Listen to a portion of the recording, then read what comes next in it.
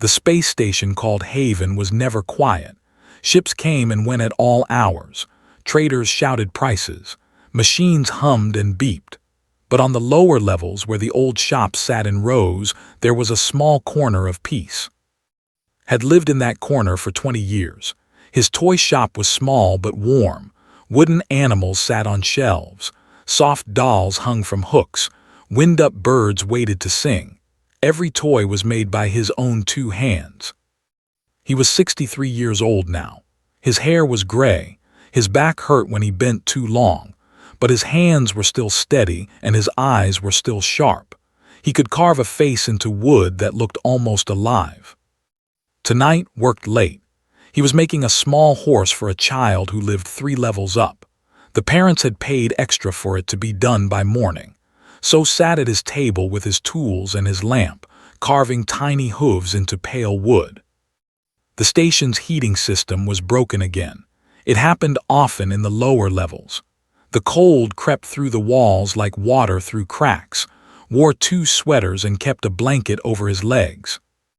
Outside his shop, the walkway was empty. Most people had gone home or to the warm bars on the upper levels. Only a few cleaning robots moved through the shadows. Heard a sound. It was small, soft, like a leaf scraping stone. He stopped carving and listened. For a moment there was nothing, then he heard it again. He put down his tools and walked to the door. The glass was fogged from the cold. He wiped it with his sleeve and looked out. At first he saw nothing, just the gray walkway and the dim lights. Then he looked down. A child sat pressed against his door. Opened the door quickly. The cold air hit him like a slap. The child did not move. It only looked up at him with wide, golden eyes. It was not a human child. The creature was small, maybe the size of a 5-year-old human girl. Her skin was covered in tiny scales that shimmered between purple and silver. 2 small horns curved back from her head. A thin tail curled around her body. And from her back, 2 wings pressed flat, too small and weak to fly. What? Had seen before, but only from far away. They were a proud species, strong, dangerous, some said. Their adults could breathe fire and fly through the cold of space. They kept to themselves and rarely traded with others. But this was no adult. This was a baby, a cub, and she was shaking so hard that could hear her scales clicking together. She wore nothing but a torn gray cloth, no shoes, no coat. Her golden eyes were filled with fear and something else, something that made his chest hurt. Hunger, deep, terrible hunger. Did not think. He bent down slowly so he would not scare her. His knees cracked from the cold. "Hello, little one," he said softly. "Are you lost?" The dragon child did not answer. She only pressed harder against the wall, as if she wanted to disappear into it. Held out his hand, palm up. It was what he did when meeting scared animals. Show them you are not a threat. Let them come to you. "It is very cold out here," he said. "I have a warm shop. Would you like to come inside?" The child's eyes moved to his hand, then to his face, then back to his hand. She did not move. Waited. The cold bit into his bones, but he did not rush her. Patience was something he had learned from years of carving. Some things could not be forced. A minute passed, then 2. Then the dragon child's small hand reached out and touched his fingers. Her skin was ice cold. His heart broke a little. He took her hand gently and led her into the shop. She moved like a wounded animal, slow and careful, ready to run at any moment. Inside, the warmth wrapped around them, closed the door and locked it. He did not want any trouble tonight. The dragon child stood in the middle of the shop, looking around with wide eyes. Her gaze moved from shelf to shelf, taking in all the toys. Her wings twitched slightly, as if they wanted to lift but could not. Moved slowly to the back room. He came back with a thick blanket and a bowl of soup. The soup was simple, just vegetables and broth, but it was hot and filling. He set them on the floor near the child and stepped back. "Eat," he said. "It is good. It will make you warm." The dragon child looked at the soup. Her nose twitched. Then, like a starving animal, she grabbed the bowl and drank. She did not use the spoon. She just lifted the bowl to her mouth and swallowed as fast as she could. Watched with sad eyes. How long had she been without food? Days, weeks. When the bowl was empty, the child looked up at him. There was still fear in her eyes, but also something new, a tiny spark of hope. Got more soup. He gave her bread too, and a small piece of dried fruit. She ate everything. Then she wrapped herself in the blanket and sat in the corner watching him. "My name is," he said. "What is your name?" The child was silent for a long moment. Then, in a voice like broken glass, she spoke. It was the first word she had said, smiled gently. "That is a beautiful name." He sat down in his chair, keeping distance between them so she would feel safe.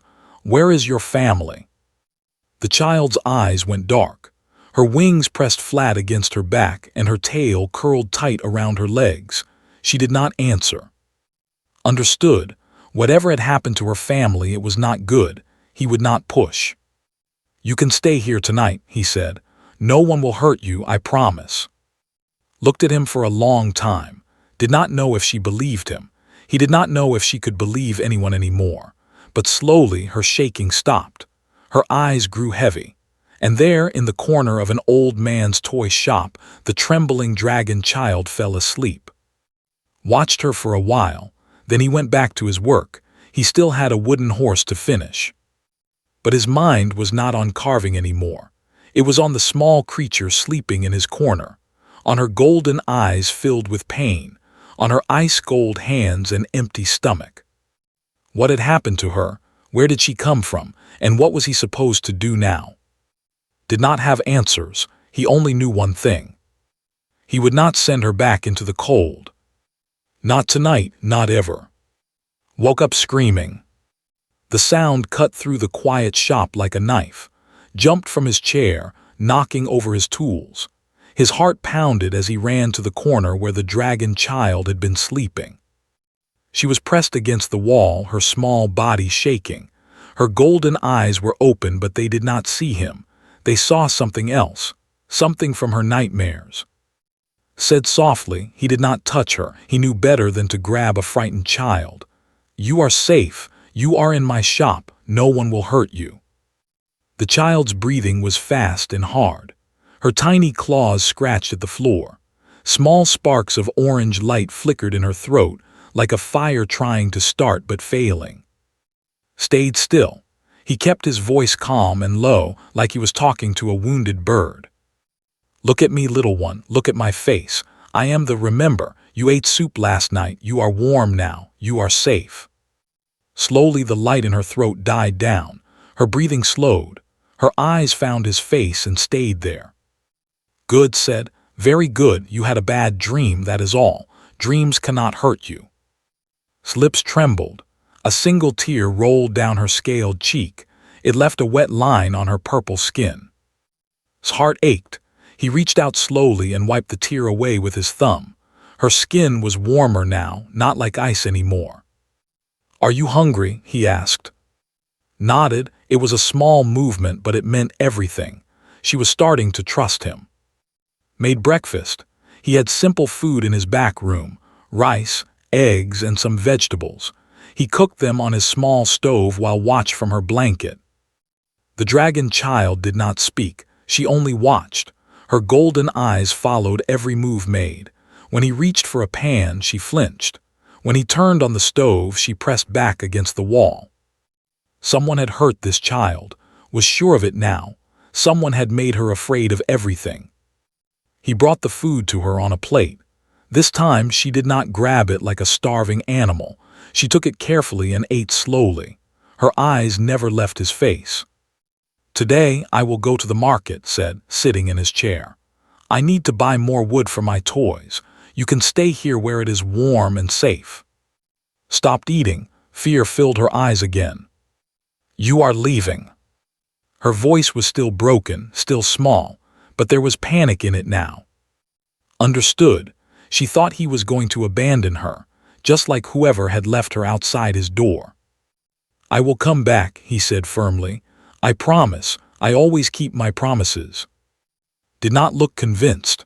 Her tail curled tight around her legs again. Thought for a moment. Then he stood and walked to his shelf of finished toys. He looked through them carefully before picking one up. It was a small dragon made of dark wood.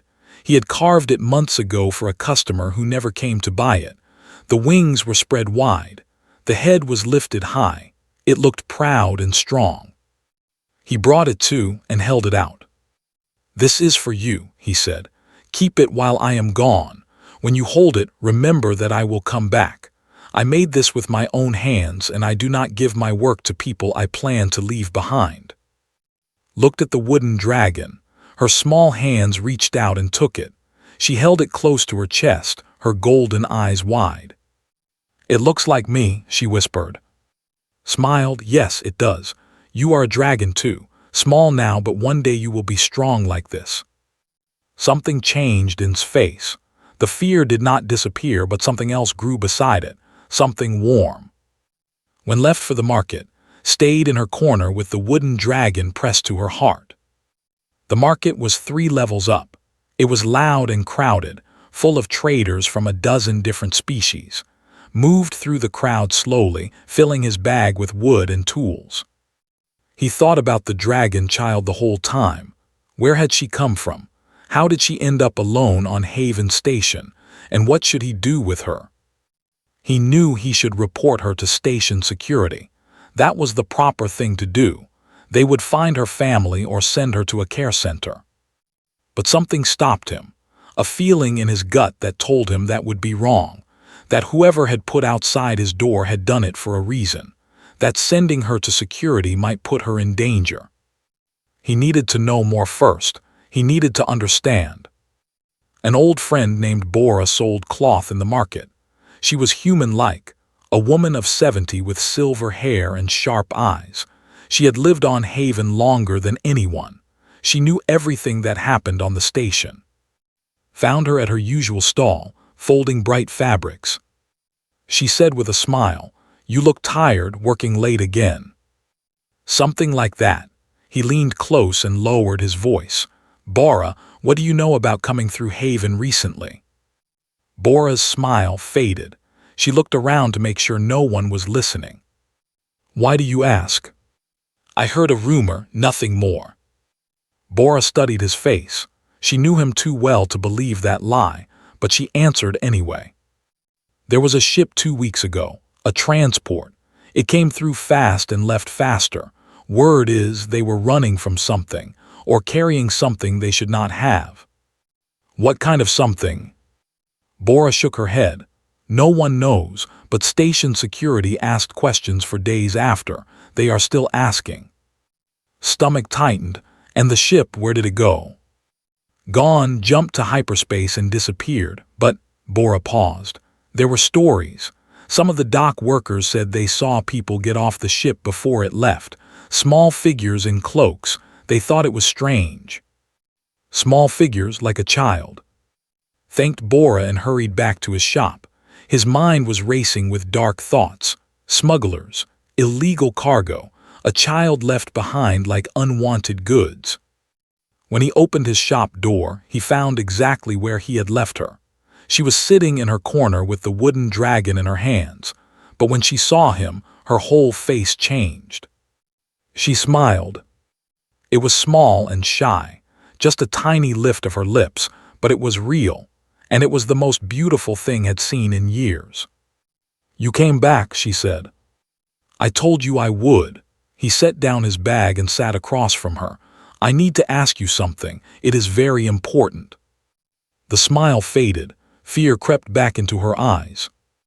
"The people who brought you to this station," said gently. "Who were they?" His body went stiff.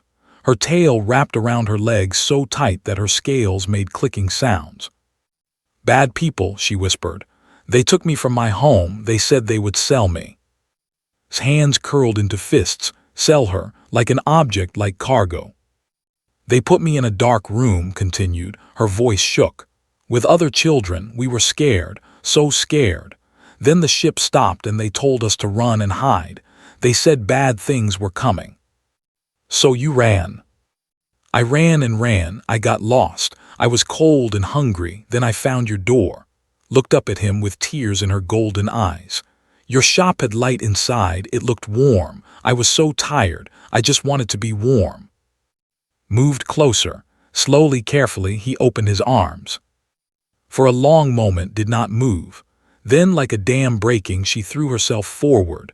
Her small arms wrapped around his chest, her face pressed against his sweater, and she cried.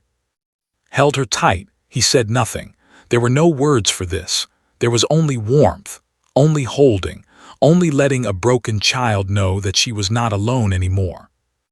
I will not let them take you, whispered into her hair. I promise, you are safe now. Outside the shop, the station hummed with life. Somewhere out there, bad people were looking for lost cargo, looking for children to sell. But they would not find this one. Not as long as Still had breath in his body. 3 days passed. Did not leave the shop. She stayed in her corner, wrapped in her blanket, holding the wooden dragon close. But slowly she began to change. On the first day, she would not speak unless spoke first. On the second day, she asked him what he was making. On the third day, she sat beside his workbench and watched him carve. What is that one? She asked, pointing at the block of wood in his hands. A bird said, a sparrow. It is for a little boy on level 5. Can I see? Turned the half-finished bird in his hand so she could look. Leaned close, her golden eyes wide with interest. The wings are pretty, she said. Thank you, when I finish they will move. Watch. Picked up a finished sparrow from his shelf and turned a small key on its back. The wooden bird's wings lifted up and down, like it was really flying.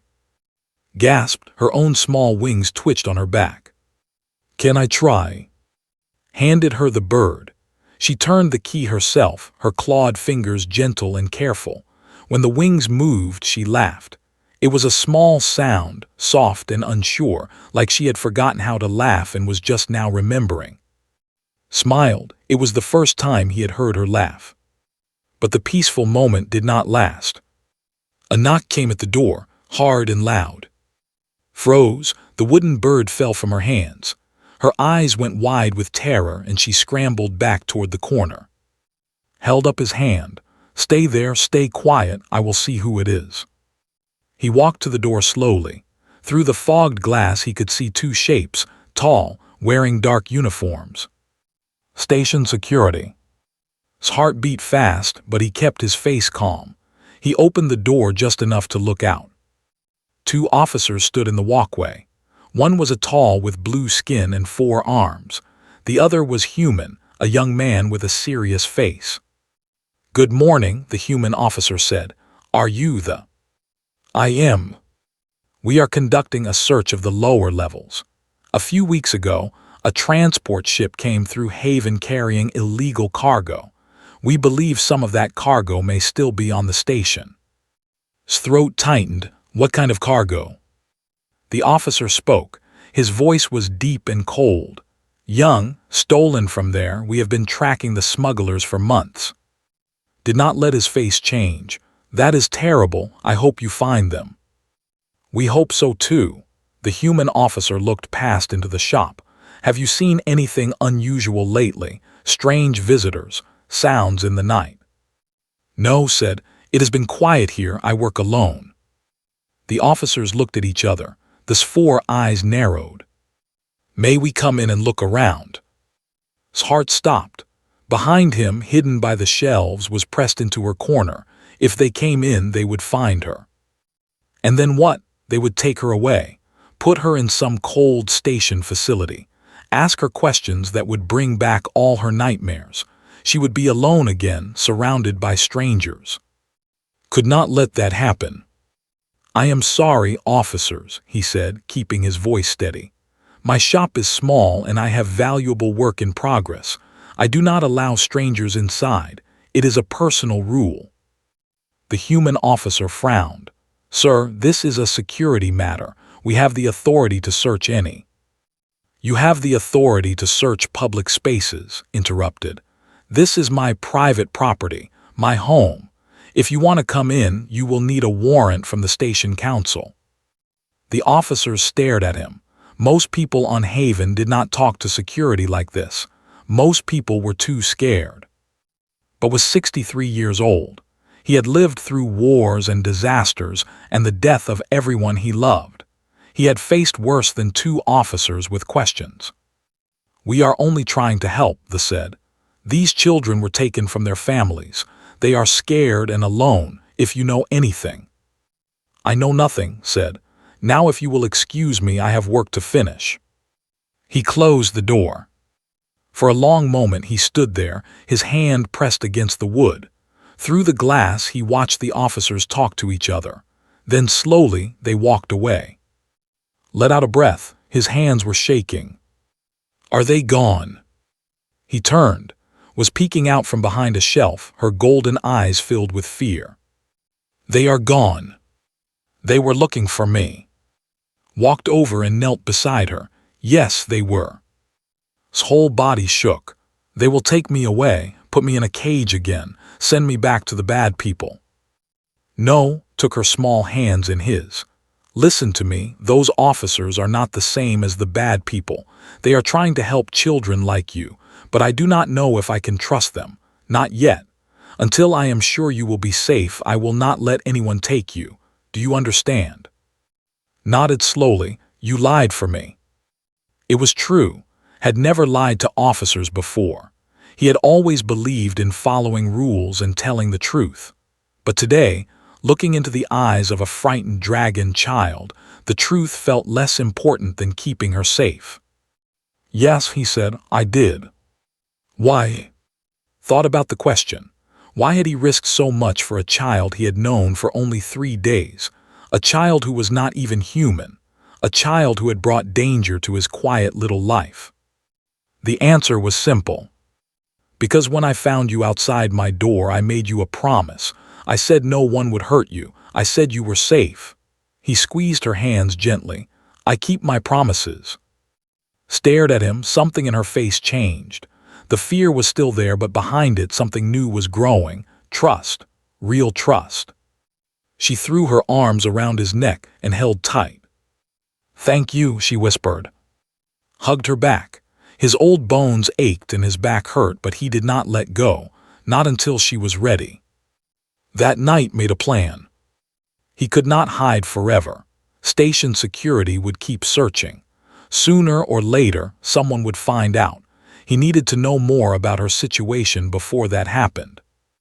Bora had said the smuggler's ship jumped to hyperspace and disappeared, but someone on Haven must know more. Someone must have seen something. Tomorrow would start asking questions.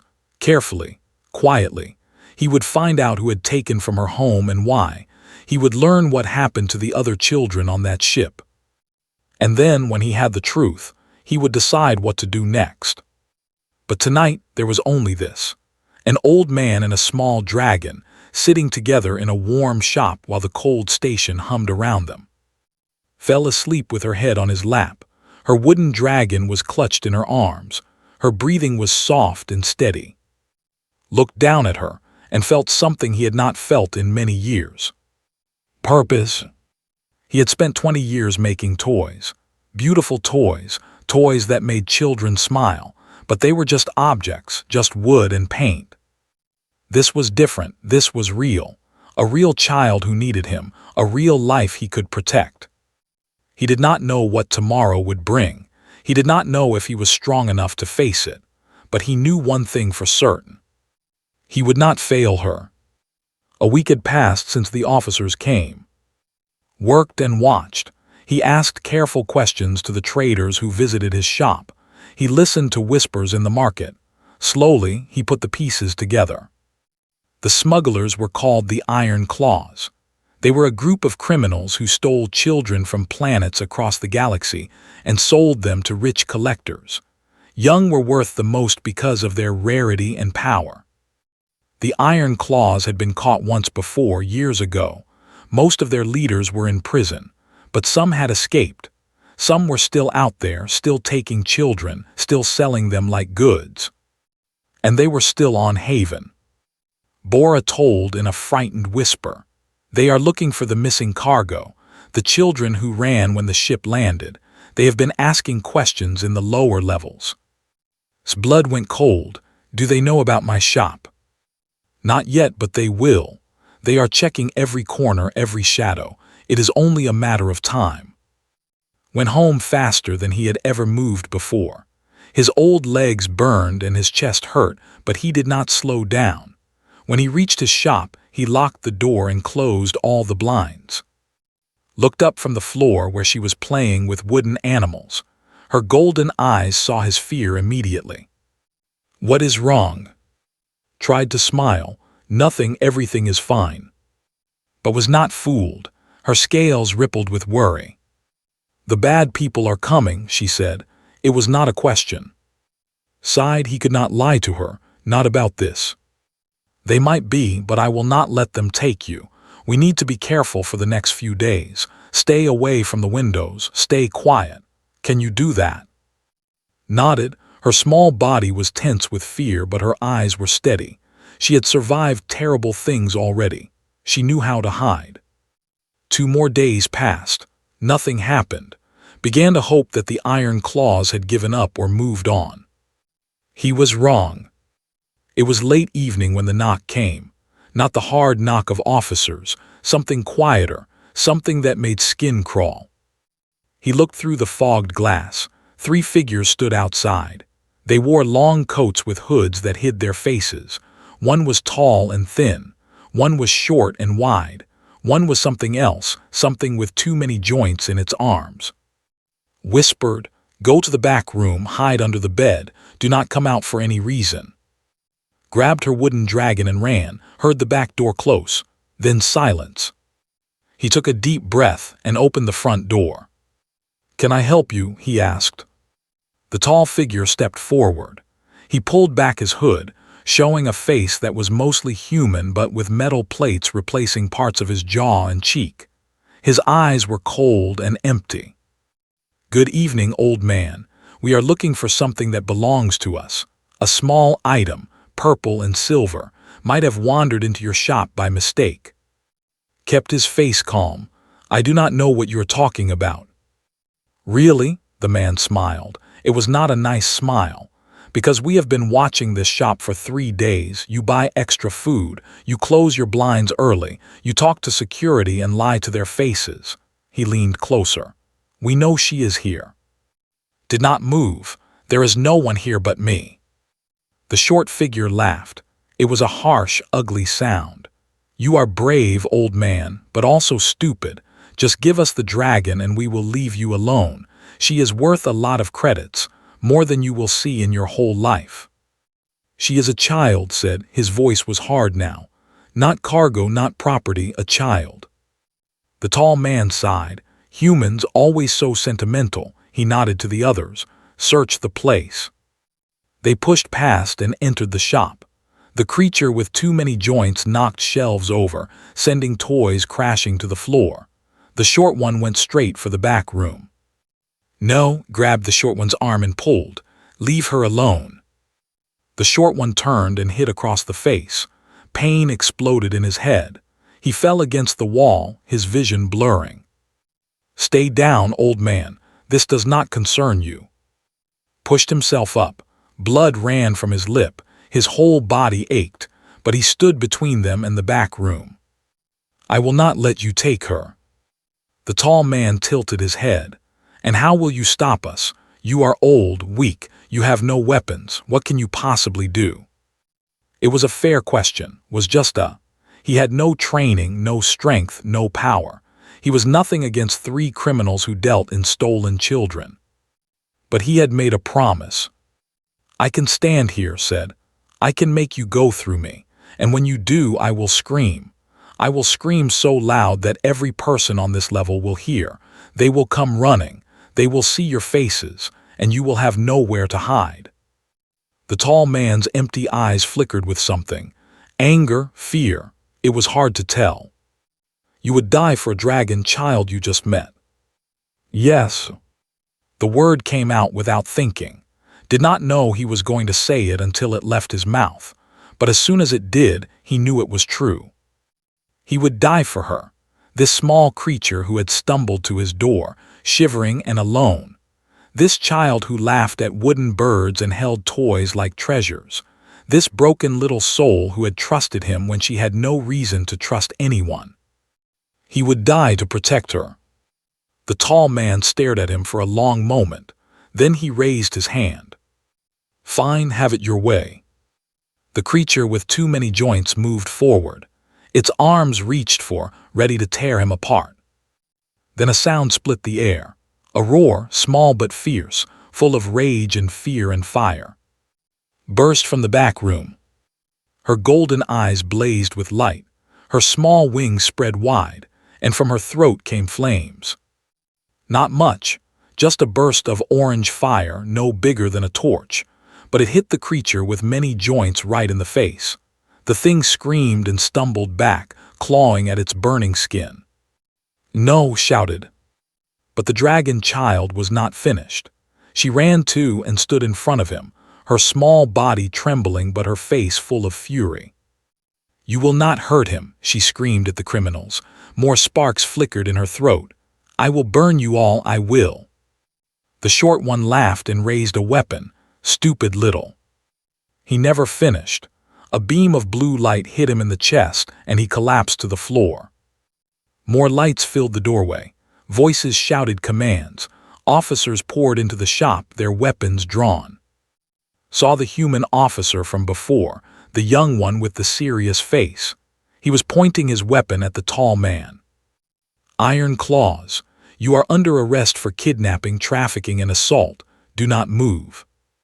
The tall man looked at his fallen allies, then at the officers, then at the old and the small dragon standing before him.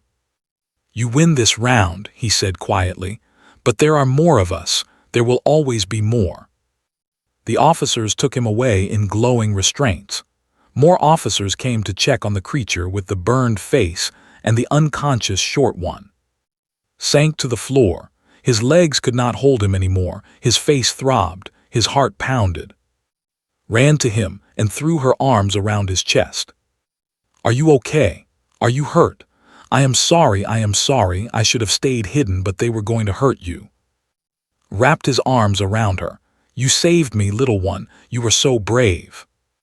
"I was scared." Being brave means being scared, but doing it anyway. Kissed the top of her head, right between her little horns. "You were the bravest dragon I have ever seen." Pressed her face into his chest and cried. But this time, they were not tears of fear. They were tears of relief. The nightmare was over. The bad people were caught. She was safe. And she was not alone. The news spread fast. By morning, everyone on Haven Station had heard the story. An old human had stood against the iron claws.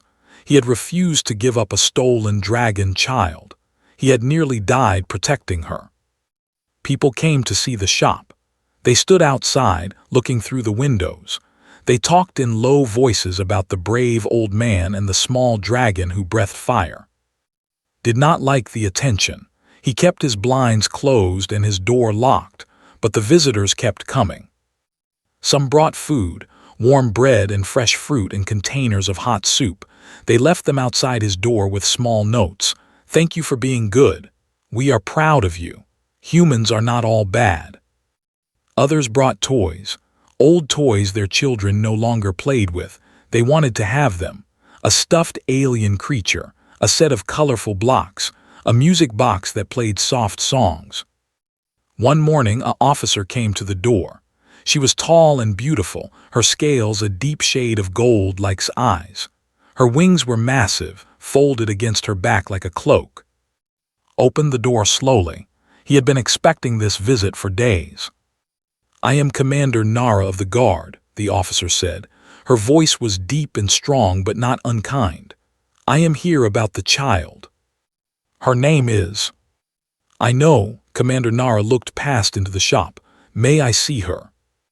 Hesitated. He had fought so hard to protect. Now another stranger wanted to take her away. But this was different. This was not a criminal or a cold officer. This was one of his own people. He stepped aside. Commander Nara walked in slowly. Her wings brushed against the shelves as she passed. In the corner, sat on her blanket with her wooden dragon in her lap. When she saw Commander Nara, her eyes went wide. "You are," she whispered. "Yes, child, I am." Commander Nara knelt down so she was at level.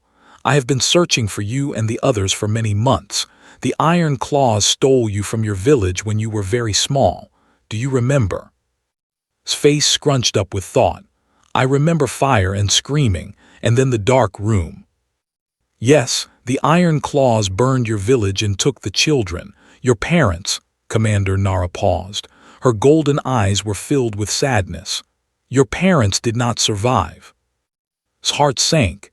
He had hoped that somewhere out there had a family waiting for her, a mother and father who missed her and wanted her back. But that hope was gone now. Did not cry. She just held her wooden dragon and nodded. "I knew," she said quietly. "I did not want to believe it, but I knew." Commander Nara reached out and touched his cheek gently. "I am sorry, little one. You have been through so much." "What will happen to me now?" It was the question had been dreading. He looked at Commander Nara and saw her thinking carefully.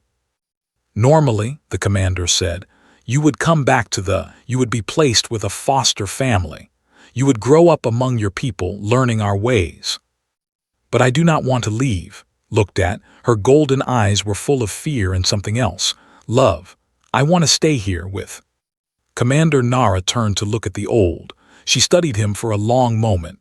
His gray hair, his worn hands, his tired eyes that still held so much warmth. "You are human," she said.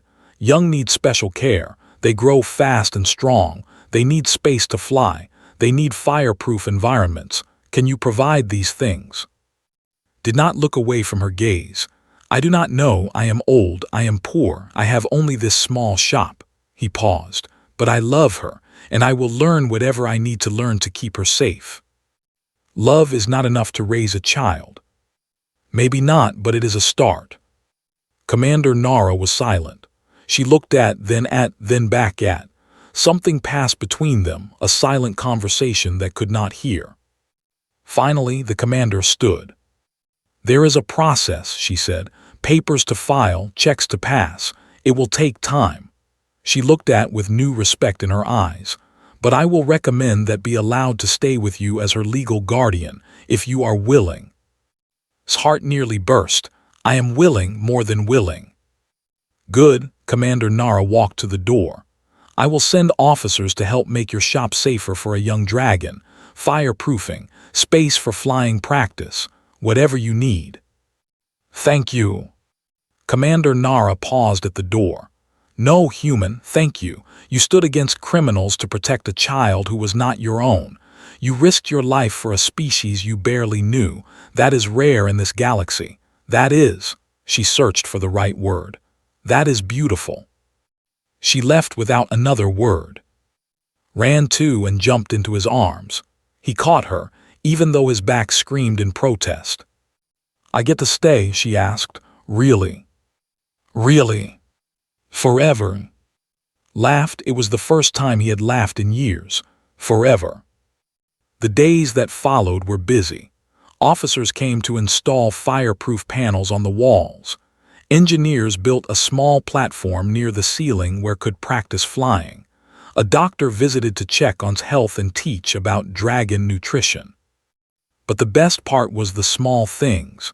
Breakfast together every morning, teaching how to carve simple shapes from wood, reading stories at night while she curled up in her blanket. Grew stronger. Her wings got bigger. Her fire got brighter. One day she flew across the shop for the first time, laughing as she crashed into a shelf of toys. Just smiled and picked up the fallen dolls. The station changed too. People who had ignored for years now waved and smiled. Children came to his shop not just to buy toys, but to see the little dragon who lived there. Loved the attention. She would show them her wooden dragon and tell them about the brave old man who saved her life. One evening, as the station lights dimmed for the night cycle, sat in his chair while slept in her corner. He watched her breathe, her small chest rising and falling, her wooden dragon held close. He thought about his life before, the quiet years, the lonely nights, the feeling that he was just waiting to die.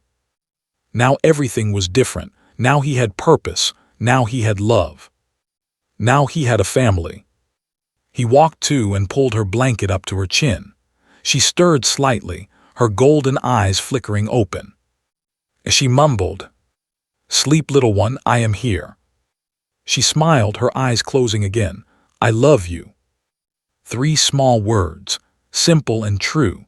They hit like a wave, filling his heart until he thought it might overflow. "I love you too," he whispered, "more than all the stars in space." She was already asleep again, but her smile stayed on her face, soft and peaceful. Went back to his chair. He picked up his tools and started working on a new toy, a bigger dragon this time, one with wings that spread wide and a head held high. He would give it to when he finished, a reminder of who she was and who she would become, strong, proud, loved. Outside the shop, the station hummed with life. Ships came and went, traders shouted, machines beeped and buzzed. But inside the small shop on the lower levels, there was only warmth, only peace, only an old man and his dragon child together at last. This was home. This was family. This was everything.